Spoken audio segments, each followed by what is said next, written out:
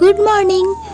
সকাল থেকে ঘুম থেকে উঠেই দেখি যে খুব সুন্দর সুন্দর একটা ঠান্ডা ঠান্ডা পরিবেশ, রোদ নেই, আছে তো শুধু হাওয়া আর হাওয়া। কি মজা তাই না? এরই মধ্যে আমি ঠিক করি যেহেতু আজকে এত ঠান্ডা ঠান্ডা ওয়েদার, তো মাথায় একটু তেল দেওয়া যাক। মাথায় তেল দিয়ে আমার ল্যাদ খেতে খেতে কিন্তু সারা দিনটাই এইভাবে কেটে। তারপর মায়ের কাছে গিয়ে দেখি মা এখানে ডাল বানিয়ে রেখেছে আর একটা গ্যাসে ভেন্ডি ভাজা বসিয়ে দিয়েছে।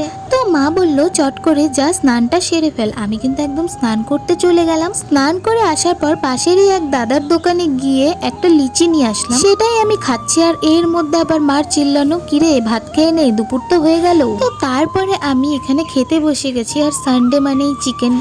তো আমার খাওয়া দাওয়া কমপ্লিট, আর এই দেখো মা কি টেস্টি টেস্টি রান্না করেছে। ঠিক তারপরেই আমাকে একটা আদেশ দেওয়া হয় যে আমাকে নাকি মাসি বাড়ি যেতে হবে কিছু একটা দরকারের জন্য। তো মাসি বাড়িতে যাওয়ার সময় দেখো না ওয়েদারটা ঠিকঠাক ছিল, কিন্তু আসার সময় এত, সবাই জানে আমি কাঁচা আম খেতে কতটা ভালোবাসি, তাই তো যেখানেই যাই একটা না একটা আম আমার হাতে ধরিয়েই দেয়। যাওয়ার সময় প্রচুর রোদ হলেও আসার সময় কিন্তু দেখো বৃষ্টি ভেজা রাস্তা। মাসি বাড়ি থেকে একটা ছাতা নিয়ে বাড়ি চলে আসলাম। টাটা সবাইকে।